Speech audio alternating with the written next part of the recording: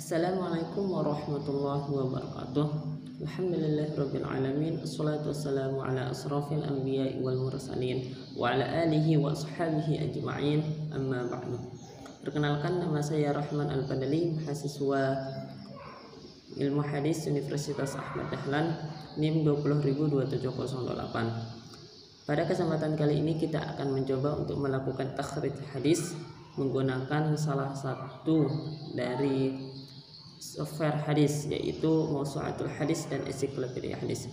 Dalam melakukan takhrij hadis sebenarnya banyak sekali software hadis yang bisa kita gunakan untuk melakukan takhrij hadis, seperti Maktabah Syamilah dan lain-lainnya. Nah, tapi pada kesempatan kali ini kita akan mencoba untuk melakukan takhrij hadis menggunakan Mawsu'atul Hadis dan Ensiklopedia Hadis. Nah, untuk melakukan takhrij hadis menggunakan Mawsu'ah ini kita perlu untuk mempelajari sedikit dari dasar-dasar bahasa Arab, karena memang aplikasi ini menggunakan bahasa Arab. Kemudian kalau Ensiklopedia Hadis ini memang aplikasinya sangat mudah digunakan karena menggunakan bahasa Indonesia, tetapi pencariannya ini agak kurang tepat karena kita harus mengupgrade-nya ke bentuk pro dulu supaya pencariannya itu bisa sangat maksimal. Kalau kita masih menggunakan yang belum pro, aplikasi yang belum pro itu pencariannya masih belum terlalu maksimal. Nah, untuk melakukan takhrij hadis, langkah-langkah yang harus kita gunakan adalah kita tentukan dulu hadis mana yang akan kita takhrij. Nah, pada kesempatan kali ini kita akan menggunakan salah satu hadis yang sudah disediakan oleh dosen saya. Nah, kemudian setelah kita sudah tentukan hadis yang kita akan takhrij, maka kita keluarkan hadis itu dari kitab aslinya. Kita nanti metodenya akan kita lihat langsung di praktiknya.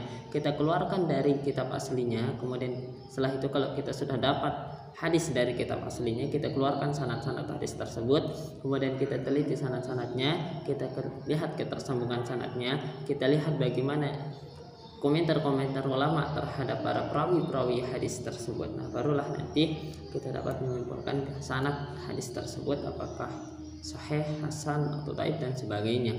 Nah, oleh karena itu kita langsung saja melakukan takhrij hadis menggunakan software hadis, Mawsu'atul Hadis dan Ensiklopedia Hadis. Oke, baiklah teman-teman, sekarang kita lanjut untuk melakukan takhrij hadis menggunakan software hadis, Mawsu'atul Hadis dan Ensiklopedia Hadis. Nah, sebelum kita berlanjut untuk melakukan takhrij hadis, sebelumnya kita harus menyiapkan hadis. Nah, di sini sudah disiapkan oleh dosen saya ada 2 hadis, kemudian kita pilih salah satunya. Nah, ini hadisnya. Nah, hadis yang pertama ada fa innal mar'ata khuliqat min dila'i wa inna a'waja syai'in fid dila'i a'lahu fa inna dhahabata tuqimuhu kasartahu, dan seterusnya. Hadis yang kedua, falamma mata Abu Lahabin riyahu ba'du ahlihi bi syarri hiyabatin qala lahu madza laqita qala Abu Lahabin lam alqa ba'dakum ghaira anni, sampai seterusnya. Nah, pada kali ini kita akan mengambil salah satu saja, yaitu hadis yang pertama, fa innal mar'ata khuliqat min dila'i. Nah, kita akan mengambil hadis yang ini. Kita langsung saja ke aplikasi software hadisnya. Nah, pada kali ini seperti yang saya jelaskan tadi, kita akan menggunakan 2 software hadis, yaitu Mawsu'ah Hadis dan Ensiklopedia Hadis. Yang pertama kita akan menggunakan Mawsu'ah Hadis. Nah, ini bentuk tampilan yang pertama dari Mawsu'atul Hadis. Kita tunggu loading sebentar.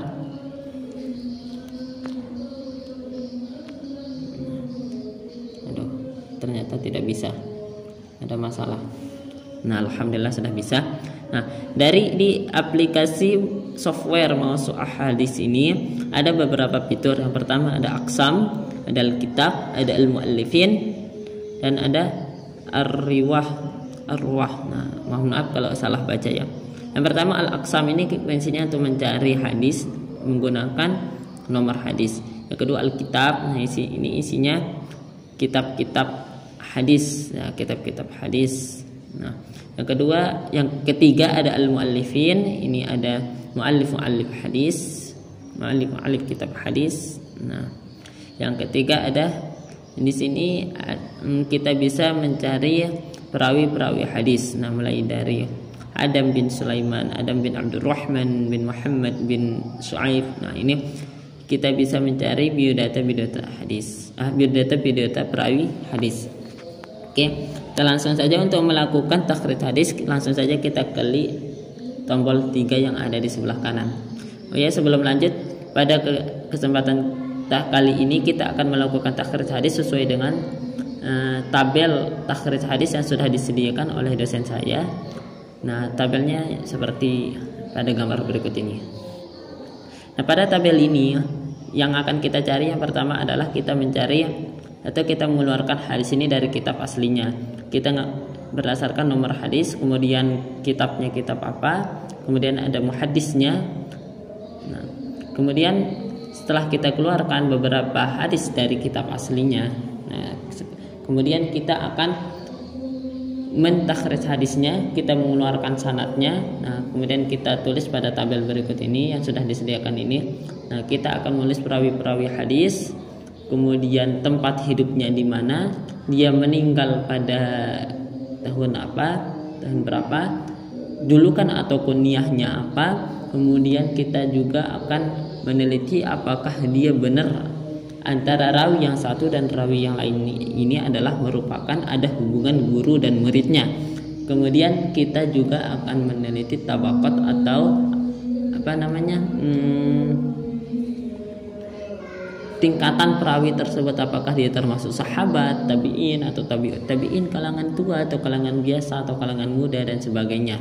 Nah, untuk itu kita langsung saja untuk melakukan takhrij hadis. Kita klik yang terakhir kita akan menentukan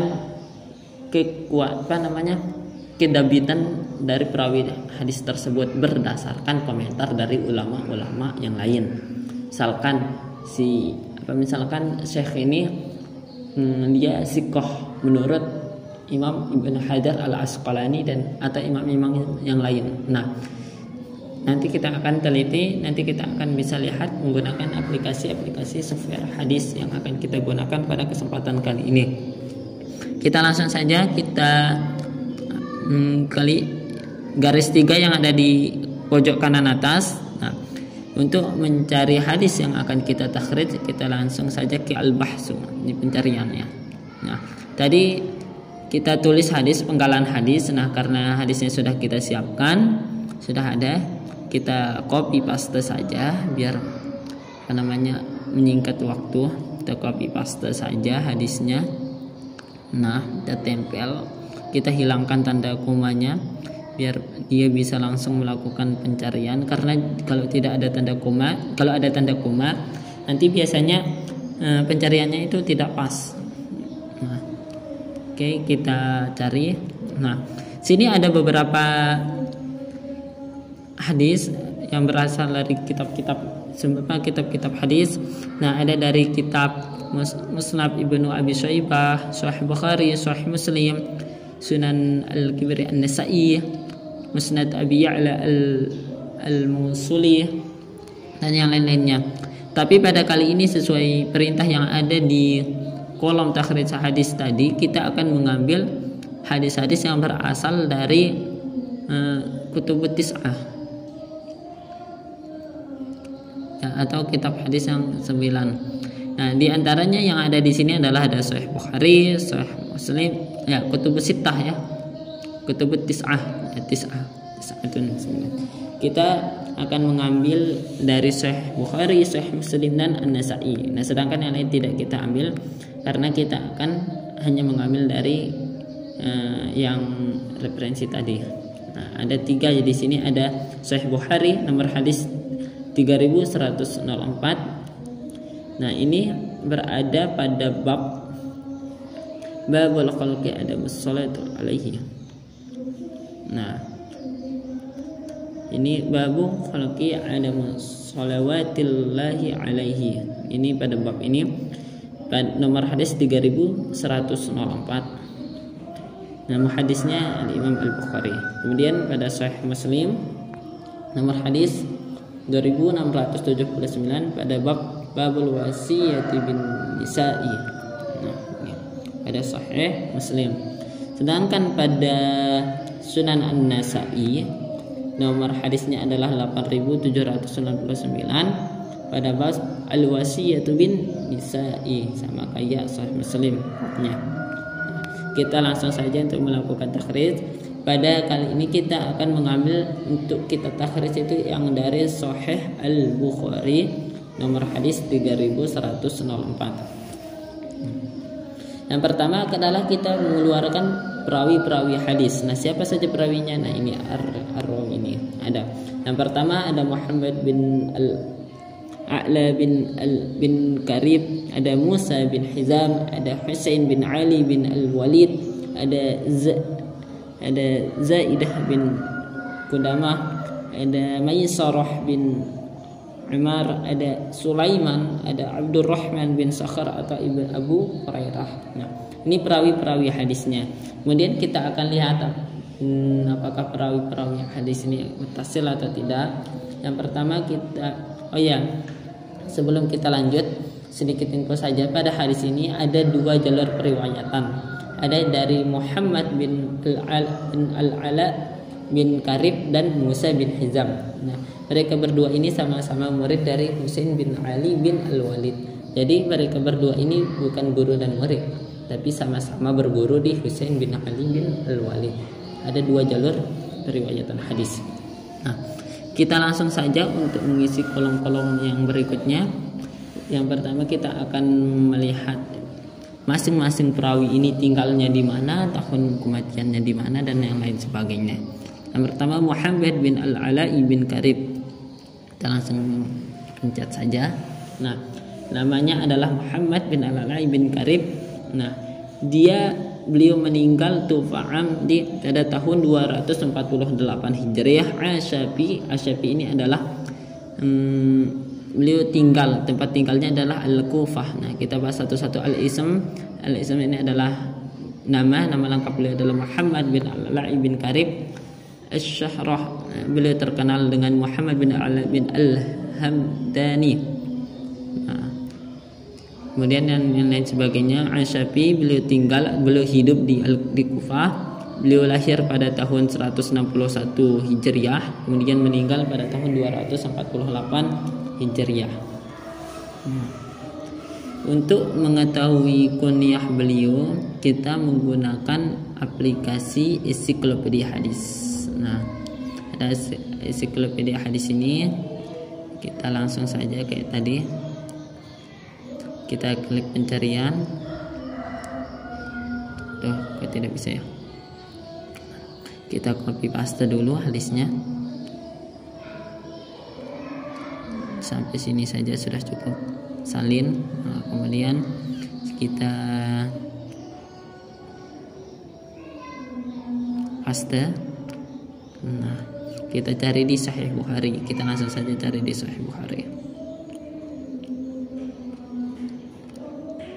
Nah, ini dia. Oh ya, sedikit info. Sering terjadi perbedaan antara Mawsu'atul hadis dengan ensiklopedia hadis ini, terutama pada penomoran hadis. Mungkin karena menggunakan referensi kitab terbitan yang berbeda atau gimana, saya kurang tahu. Intinya walaupun hadisnya sama dan yang lainnya sama, semuanya sama, sering terjadi perbedaan pada penomoran hadis. Nah, kita selain menggunakan mawsu'ah, kita menggunakan ini. Nah, kita lihat ini dari jalur. Di sini ada dua jalur seperti yang saya jelaskan tadi, ada jalur 1 dan ada jalur 2. Ada dari Muhammad bin Ala bin Quraib dan ada dari Salman Maula Izzah. Nah, kita teliti dari Muhammad bin Ala bin Quraib. Nah, di sini menggunakan bahasa Indonesia, jadi kita agak memudahkan kita. Nah, beliau itu dari kalangan tabi'ul atba', kalangan tua. Kunyah beliau adalah Abu Quraib. Nah, negeri hidup Kufah. Tahun wafat 248 Hijriah. Sama dengan ini tahun wafatnya 248 Hijriah. Jadi tidak ada perbedaan antara tahun wafatnya itu dengan yang ini. Nah, kemudian yang kedua adalah muhaddis perawi yang kedua adalah Musa bin Hizam. Musa bin Hizam, kita langsung klik saja Musa bin Hizam.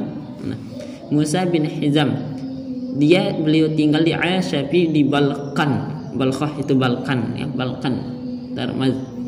Nah, beliau tufa fi beliau meninggal pada tahun 251 Mas atau Hijriah, 251 Hijriah. Oke. Untuk melengkapkan datanya kita menggunakan ensiklopedia hadis. Nah, Musa bin Hizam ini berada di jalur kedua. Nah, Musa bin Hizam. Nah, beliau dari kalangan tabi'ut tabi'in, kalangan tua. Kunyah beliau adalah Abu Imran. Di sini disebutkan negara hidup beliau adalah di Hims. Di Hims. Nah, saya kurang tahu ini Hims itu yang mana. Kalau di Mushaf hadis itu disebutkan negara hidupnya adalah di Balkhah. Jadi Balkan. Nah, saya juga kurang tahu Balkan itu daerah mana. Kemudian, nah seperti yang saya jelaskan tadi, Muhammad bin Al-Ala bin Quraib ini dan Musa bin Hizam ini merupakan satu seperguruan. Mereka sama-sama berguru dengan Al-Husain bin Ali bin Walid. Nah, ini langsung ke perawi yang ketiga, yaitu Al-Husain bin Ali bin Al-Walid. Nah, yang tadi Musa bin Hizam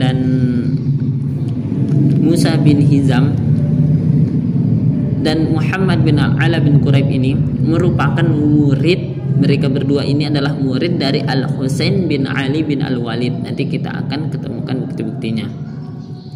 Nah, yang selanjutnya adalah Husain bin Ali bin Al-Walid. Beliau tinggal atau menetap hidup di Al-Kufah. Beliau hidup di Kufah. Nah, negeri hidup beliau adalah Kufah. Di sini Aisyah bi Al-Kufah. Beliau terkenal dengan Al-Husain bin Ali Al-Ja'fi. Nah, itu nama masyhur beliau. Nah, kunyah beliau adalah Abu Abdullah. Beliau adalah kalangan dari tabi'ut tabi'in, kalangan biasa. Nah, negeri hidup beliau Kufah. Tahun wafat beliau adalah 203 Hijriah.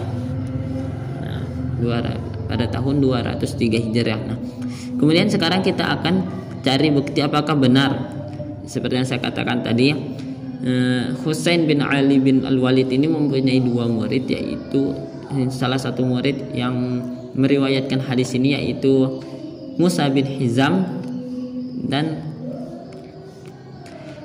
Muhammad bin Al-Ala bin Qarib. Nah, apakah benar Husain bin Ali bin Al-Walid ini merupakan guru dari mereka berdua, sehingga ketersambungan sanadnya ini dapat kita pastikan. Nah, kita langsung saja klik seperti tadi ya. Nah, pada kali ini untuk mencari apakah mereka benar murid dari Husain bin Ali bin Al-Walid ini, kita cari di Talamis Ar-Rawi. Nah, Talamis Ar-Rawi ini adalah murid-murid daripada perawi. Kita klik saja. Nah, yang pertama kita cari Musa. Kita langsung saja cari huruf mim. Ini ada Muhammad. Ini ada Musa bin Abdurrahman, tapi bukan ini ya. Kita langsung saja.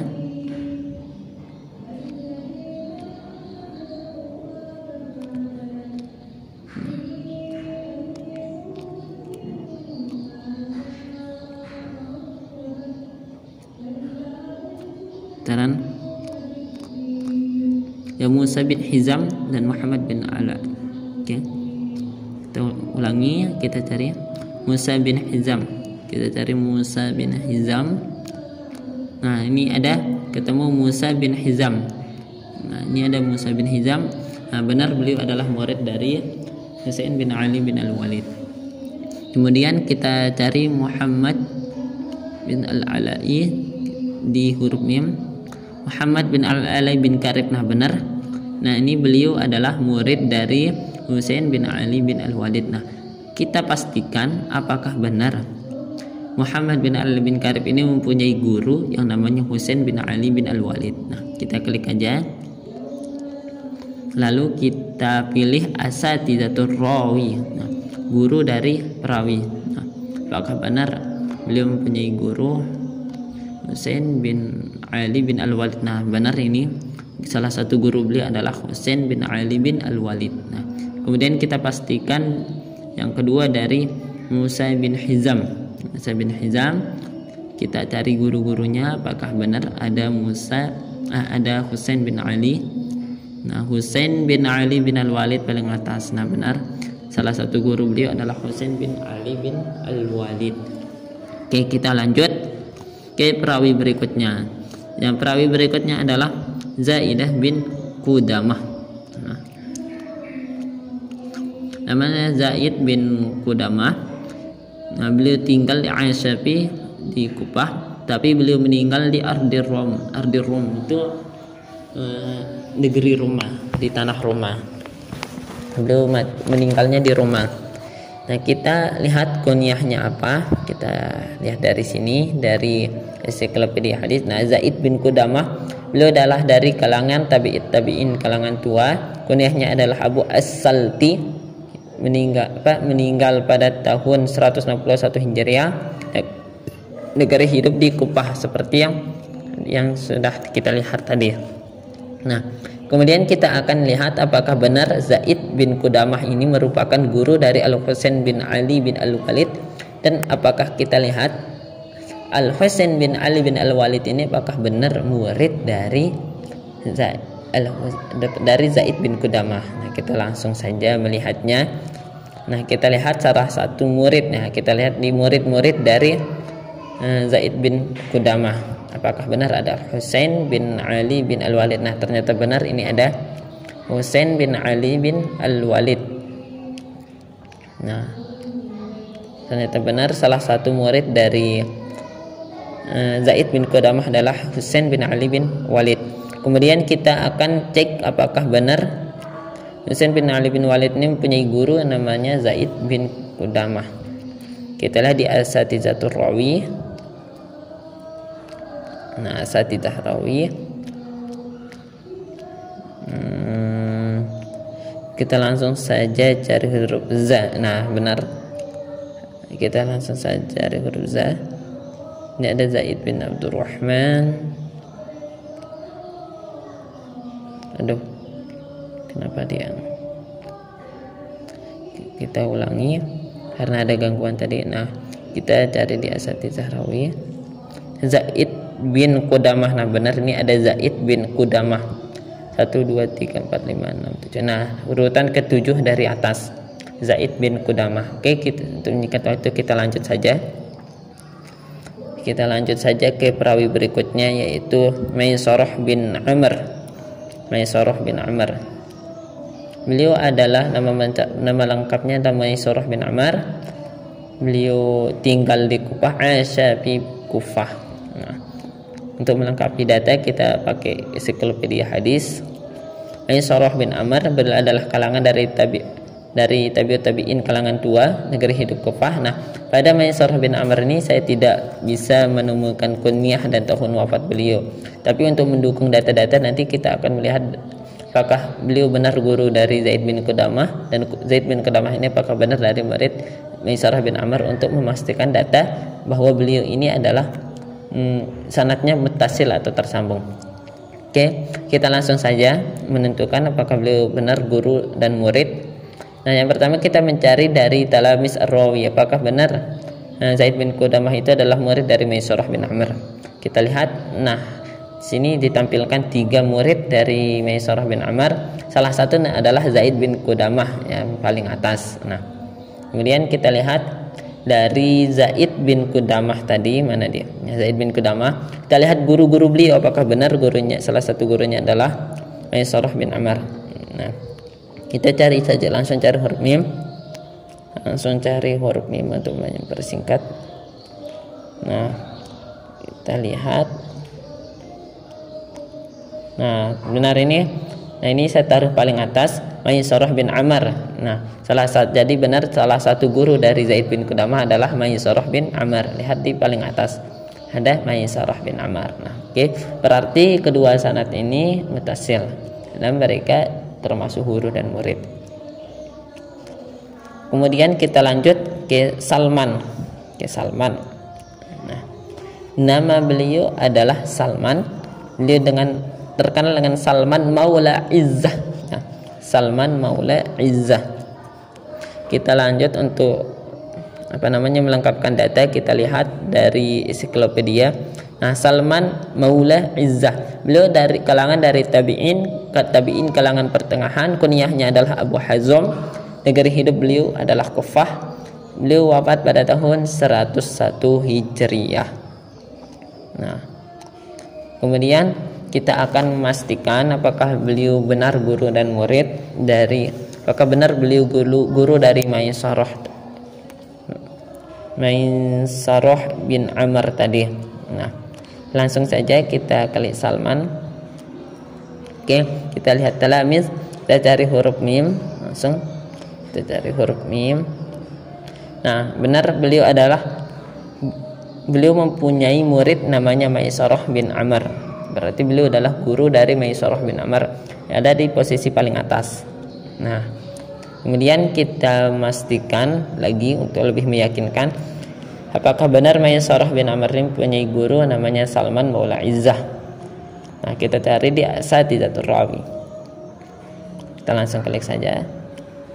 Nah, di sini kenapa muncul 2? Karena ada gangguan sinyal. Biasanya kalau terlalu lama dipakai dia akan error seperti ini. Di sini sebenarnya banyak Salman ya, Salman. Yang ini adalah salah satu Salman. Sebenarnya saya cek tadi, guru dari Maisarah bin Amr ini yang bernama Salman itu sangat banyak.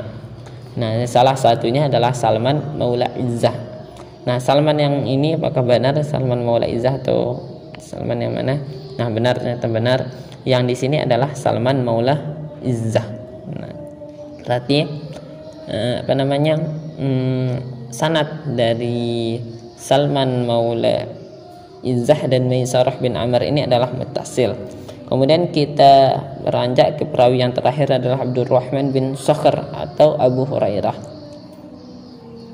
Nah, Abu Hurairah adalah nama aslinya adalah Abdurrahman bin Sakhr. Nah, beliau tinggal di Yaman, beliau tinggal juga di Madinah. Beliau wafat pada tahun 57 Hijriah. Kunyah beliau adalah Abu Hurairah. Kunyah beliau adalah Abu Hurairah. Negeri hidup beliau adalah Madinah dan Yaman. Beliau termasuk dari kalangan sahabat baginda Nabi.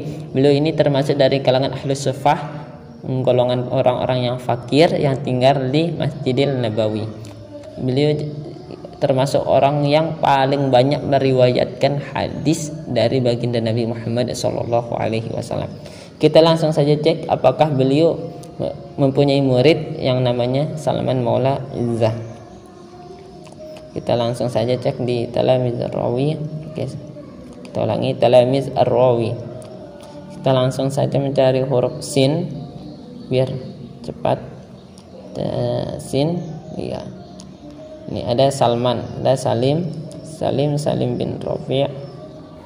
Nah, belum ada. Kita cari huruf sin. Sa'id. Nah, ini ada Salman nih.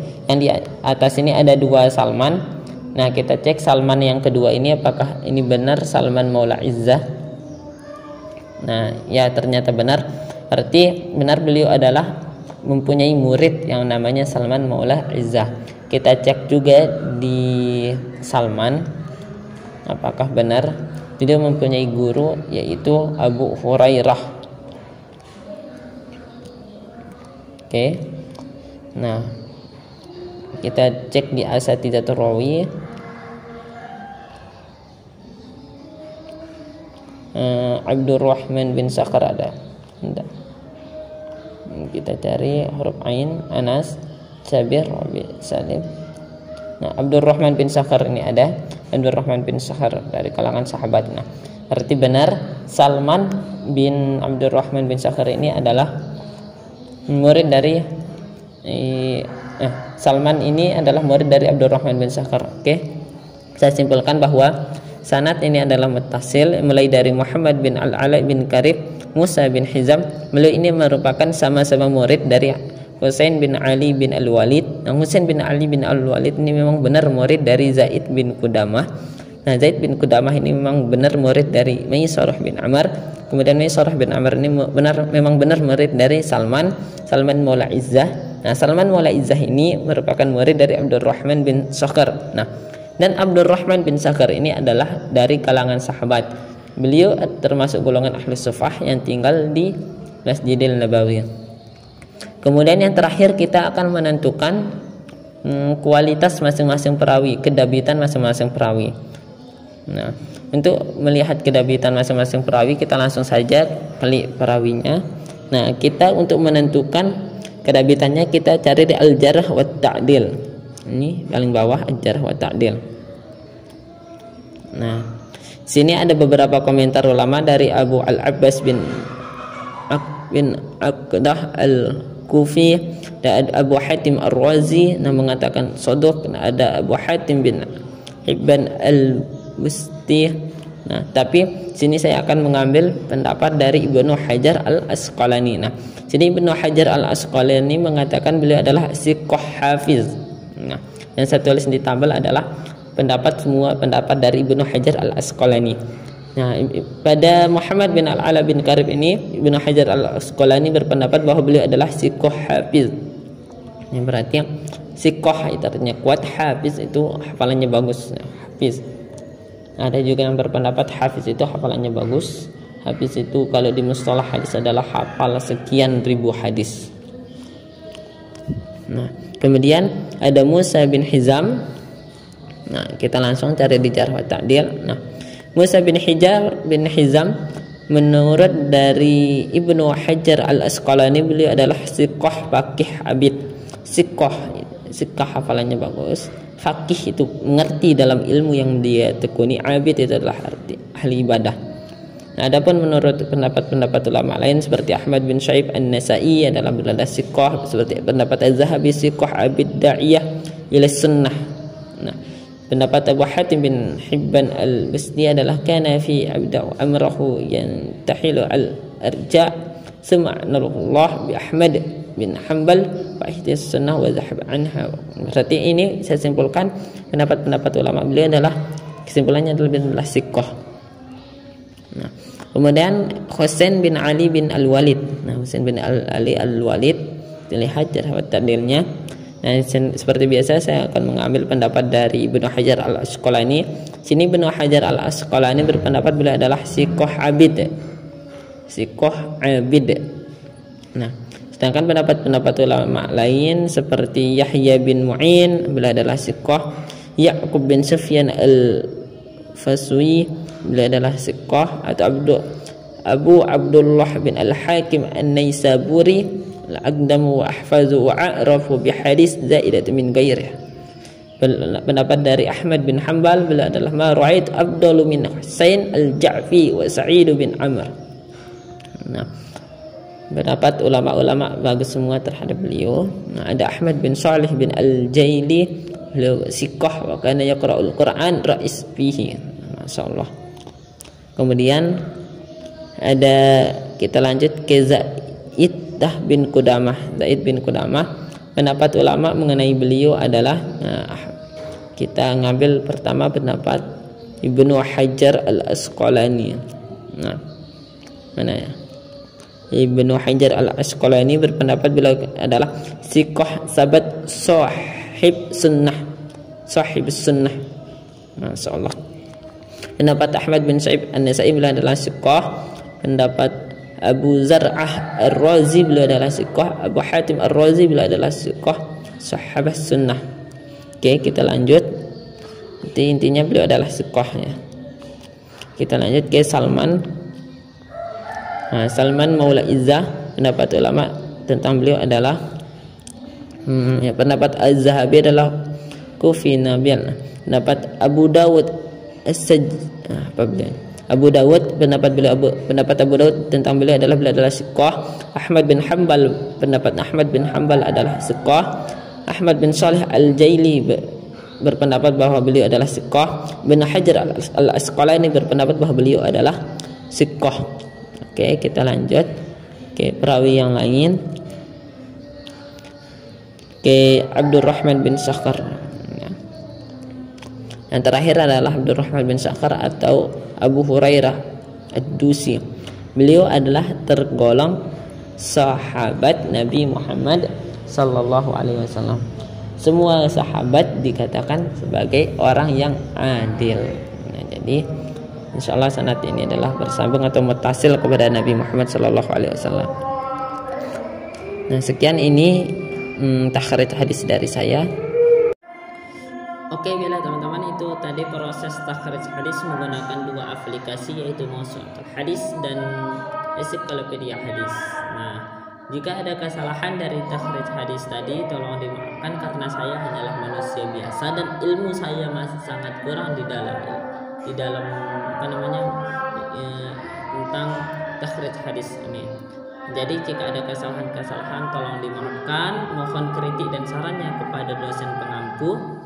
Semoga kedepannya ilmu saya lebih bertambah lagi dan semoga proses takhrij hadis tadi bermanfaat bagi diri saya sendiri, lebih-lebih bagi teman-teman semua.